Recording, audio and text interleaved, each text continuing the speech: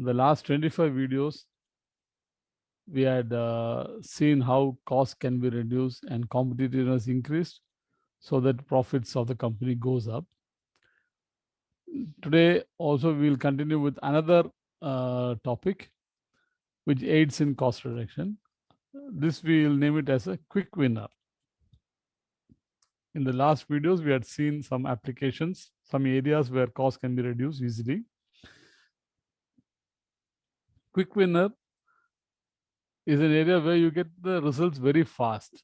When you get results very fast, you call that a quick winner. And today we are going to see one such fast result giving area where you apply and immediately you will find that the cost goes down. The quick winner, as you all know, you see from the bulb, it is electricity. Electricity, it doesn't take much time to get reflected in your balance sheet.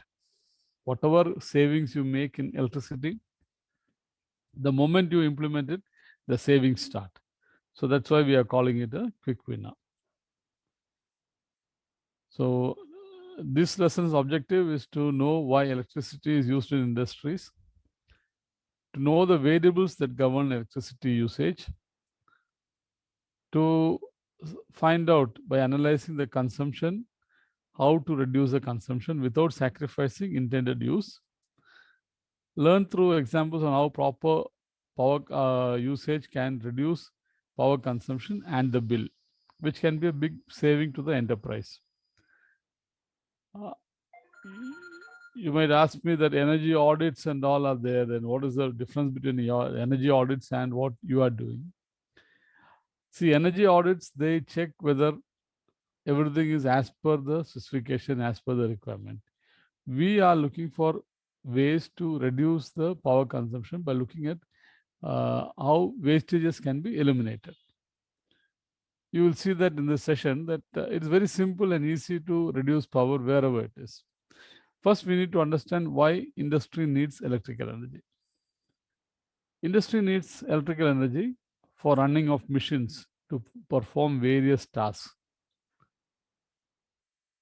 to move materials. After running of machines, the second major consumption is in the movement of materials, man, air, water. You can imagine the number of conveyors, the number of lifts, the number of escalators we have. Also, the pneumatic conveying system, another method of transporting material over long distances. All this is happening because of electricity. Third one is heating and cooling. Not only the material, water, air, premises, offices, everything you need to maintain at a certain temperature. So to maintain that, get the temperature, we either have to heat the area or cool the area. Okay, so air conditioning, ventilation, heating, all these things require energy and electricity is used for that. Illumination is another area where you use electricity in a very large way. Illumination, whether it is inside the premises or outside the premises or public utility area or streets or roads, corporations covering the entire town, they have illuminations, and that illumination consumes a lot of electrical energy. So these are the four areas where electricity is consumed, and as we saw in SNAP, value addition happens only in one place, which is in the running of the machines to perform various tasks. So vital or critical is only the point number one, which is running of machines to perform various tasks. Okay, there is no value addition happening in moving the material or in heating and cooling. Of course, illumination you require for night time, but there is no value addition happening to the material if the factory is not working. So basically, you're running of machines to perform various tasks is the most critical element here. So now let's see what are the variables which govern the consumption of energy. First variable is the rating of the machine. Let's say if your fan or air conditioner is rated to consume 1000 watts per hour. So that is the rating of the machine. So if the machine runs for 1 hour, it will consume 1 unit of current. If you are using a 50 watts bulb or um, a tube light of 40 watts, so the moment the tube light starts working, it starts consuming at the rate of 40 watts per hour. So if the tube light is running for, next one is the duration. So if the tube light is running for 25 hours, it will consume 1 unit. Very simple. 40 watts into 25 hours gives you 1 unit. So duration of use. How much time we use the machine.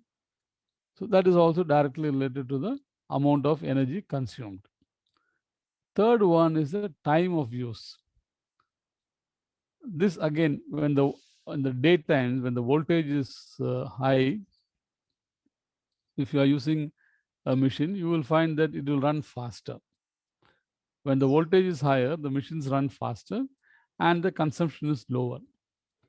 On the other side, in the evening at 6:30 or 7, if you try to run a mixie or a grinder, you will notice that it will run slightly slowly. It's because the energy allotted to the house is getting consumed by the tube lights, by the fans, and other equipments, that the voltage for running the grinder is slightly lower. It may not be 220, it may be 210 or 205.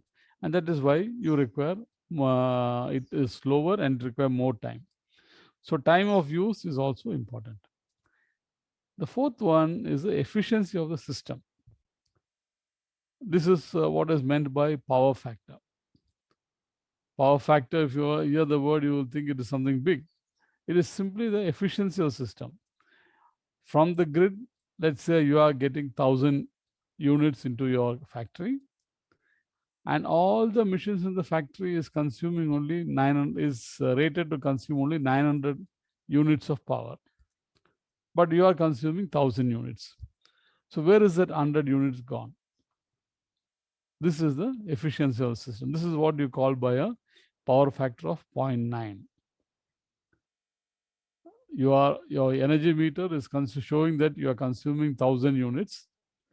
Whereas if you check the rating of all the machines in the system, it is showing only 900 units. So the balance 100 units is lost in the system. This is called the efficiency of the system. This is the power factor they call correction. And the fifth one is the condition of the machine.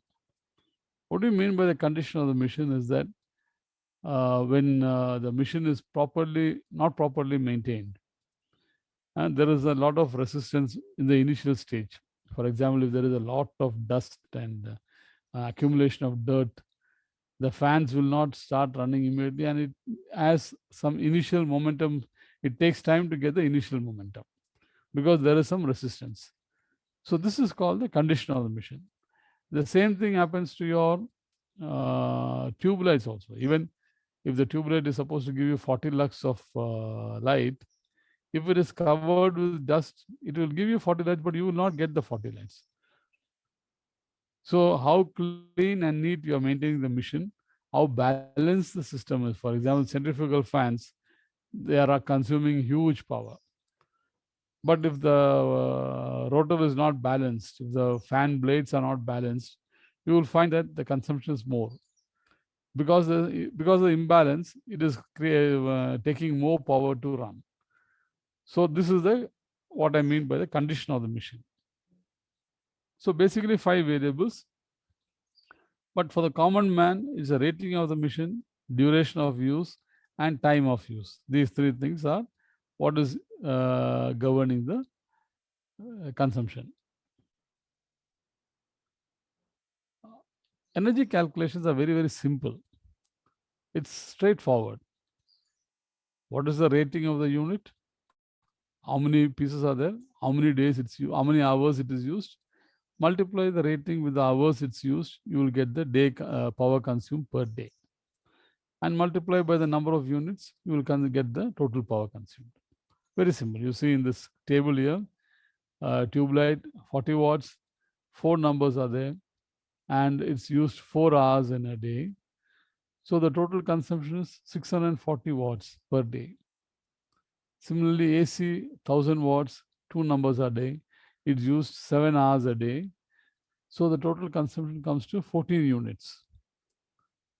You have an iron box, which is a 1000 wattage iron box. You have one number. You use it every day for half an hour. You consume half a unit. So inside your house, you can calculate like this: how many watts are you consuming a day? Divided by 1000 to get you the units you are consuming. So basically, it is the watts multiplied by the quantity multiplied by the hours. If not all the tube lights are used in the same pattern, you can go after the individual tube lights and calculate. That is the way to do it. I just for simplicity, I just put here. You see that tube lights, two tube lights are being used 10 hours a day. So it means that there are 800 hours, 800 watts is used by those two tube lights every day.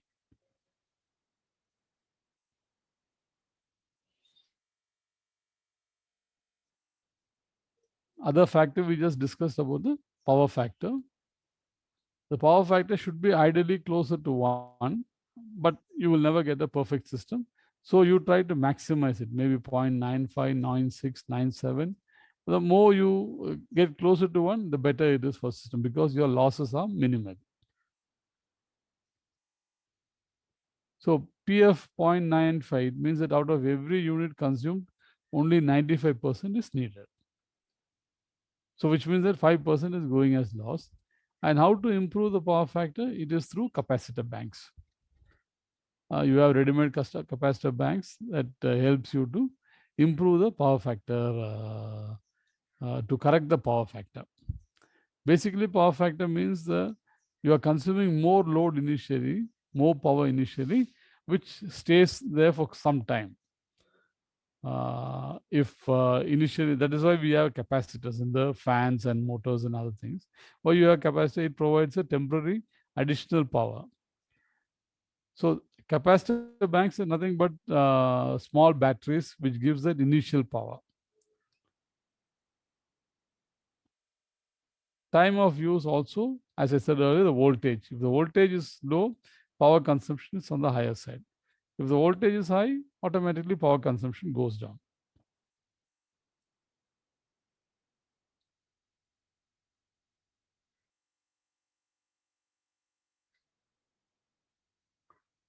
Now, how to analyze the usage and reduce it?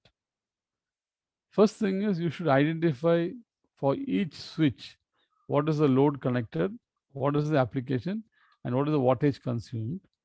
And from there, you start your process of bringing down the power consumption. Identify the time when the load is operated, calculate the daily power consumption, analyze if time, quantity, rating, efficiency of system, and condition of the machine can be improved or changed. Implement the change, and you get the new power. It's a very simple, straightforward way for electricity.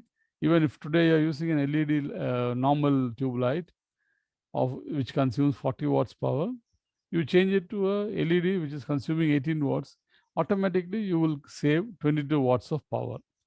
It doesn't take much time to activate. So it's a simple table which you can use to reduce the power consumption, to analyze the power consumption, and to take decision whether it can be reduced or not.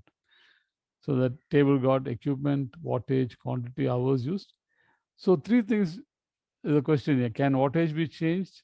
Can quantity be changed? Can hours of operation be changed?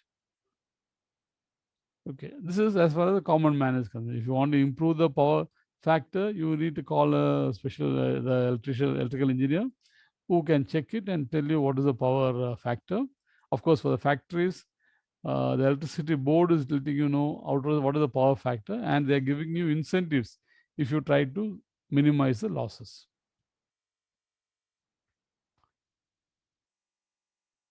Now, having said this, let's see what are the ways in which we can reduce the power consumption. First one is ventilation and cleanliness. This is very, very important. You need to keep all your equipments clean and neat and well ventilated. So this helps to reduce the power consumption a lot. Imagine this tube light, which is full of dust. Once you switch it on, you will not see the white light. You will only just see dullness coming out of it. But you clean it and use it, you will find that it is good enough to illuminate the whole room. When it is in this condition, you go and purchase new tube lights or you increase the number of tube lights. But once it is clean, you will find that it is more than sufficient. So cleanliness of the machine is very, very important to reduce power consumption. Second way is to reduce the distances.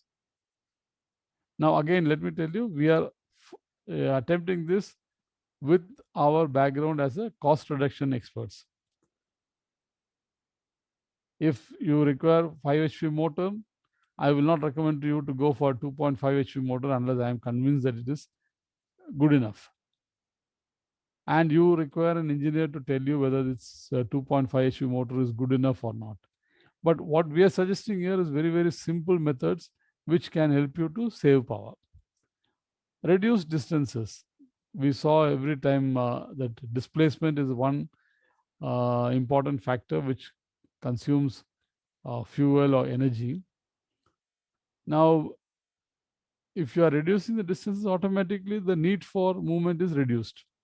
So movement of man, material, air, water can be minimized if the distances are reduced. Even the vertical lift, it can be reduced. I have seen in one supermarket that in the basement where they are used for car park, 2.5 meters is the height of the ceiling from the floor. So why do you need 3.5 meters there? And throughout their so in the supermarket, they have kept the height of the ceiling to be around 8 feet or 9 feet, not more than that. So they have illuminated it well. It looks very nice. Plus, you have reduced the height so that your air conditioning requirement is also minimal. Equipments to be closer. You see in some cases, the centrifugal fan will be kept outside the industry, outside the premises, about 50 meter or 100 meter away because it makes a lot of noise.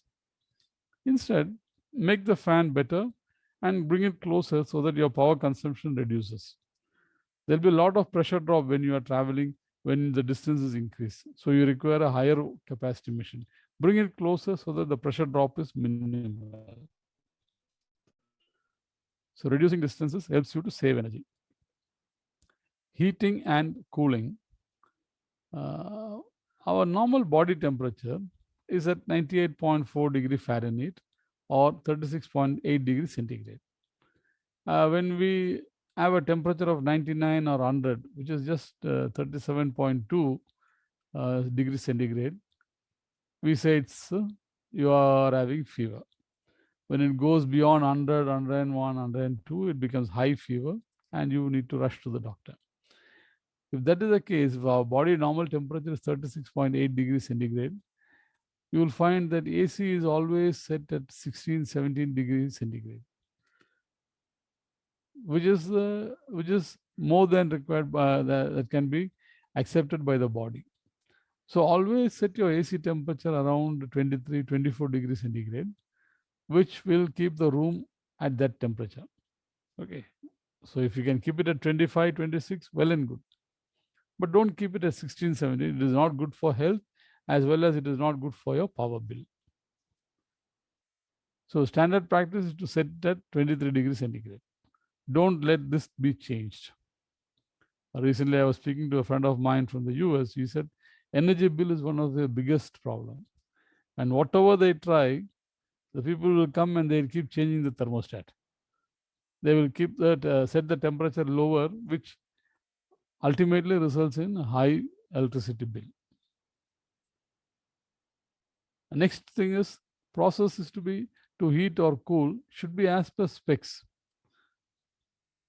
You will find many times that heating or cooling, sometimes it goes, the temperature is beyond what is required, and then you then cool it.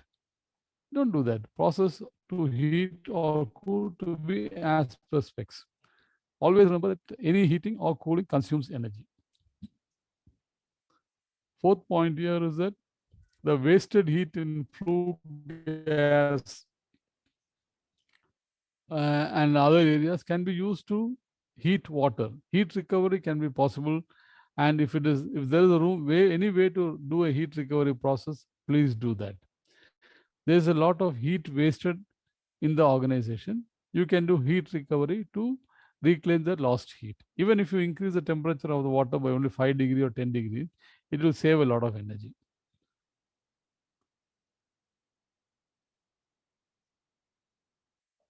Nowadays, we have a lot of energy efficiency items, like your energy efficiency inverter items, they call it. So you have, and they specify what is the power consumed per year. So you are a 4-star rating or a 3-star rating equipment, something which is consuming 1032 units, it's a split AC. Something which is consuming only 648 units per year. So this is the inverter AC. So just, I'm not promoting inverter AC or split AC. It is just showing what is the power consumed. So get guaranteed certified products so that you know what is the power consumed. Next one is usage of LED lights. Here also you will find LED as a huge advantage over our normal lights. The normal 40 watts or CFL which we're using, LED is far, far, far superior. And your savings can be immense. Example, in your house, if you're using a normal tube light, it consumes 40 watts. LED is only 18 watts. So it is 35% compared to the original. So use that, 35 or 45%. Use that. So you're reducing the power by half.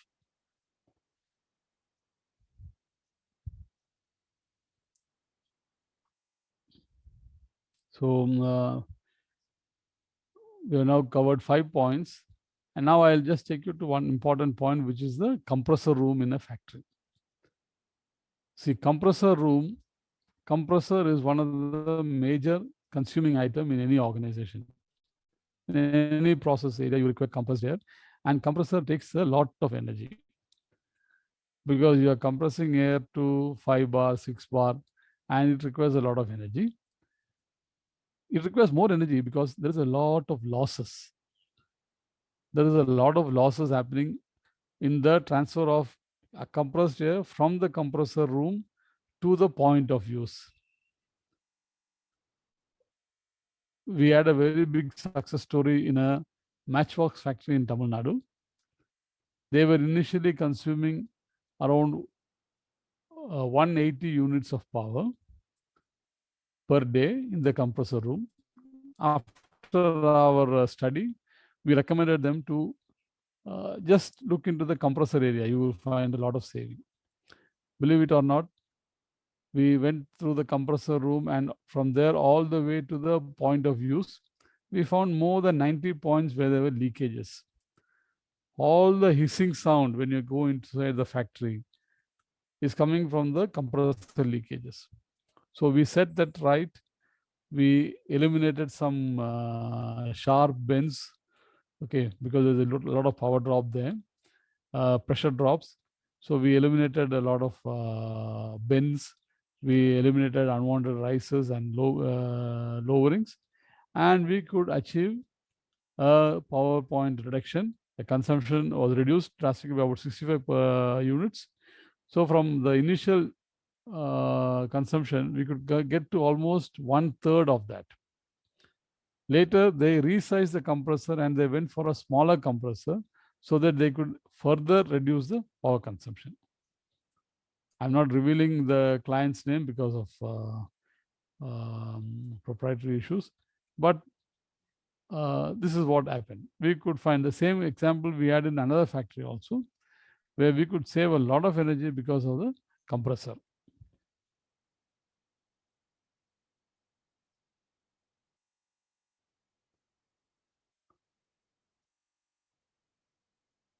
Next thing is number 7, reduce loads. See, any equipment, if it is carrying a lot of dead loads, imbalance, dirt deposit, frictions, it carries unwanted load, which makes it difficult to start running. So try to reduce loads as much as possible. Okay, this was what I was referring to in the cleanliness part also. So try to reduce the loads as much as possible to help you to reduce power. We will stop with this slide now, and the next video will be on the balance of this slide. Start saving your energy right from day one. It's easy, very easy. You can start looking into areas where energy can be consumed or reduced, either by your decreased wattage or decreased hours of use or the time you use it, and see to it that the power factor is at the maximum.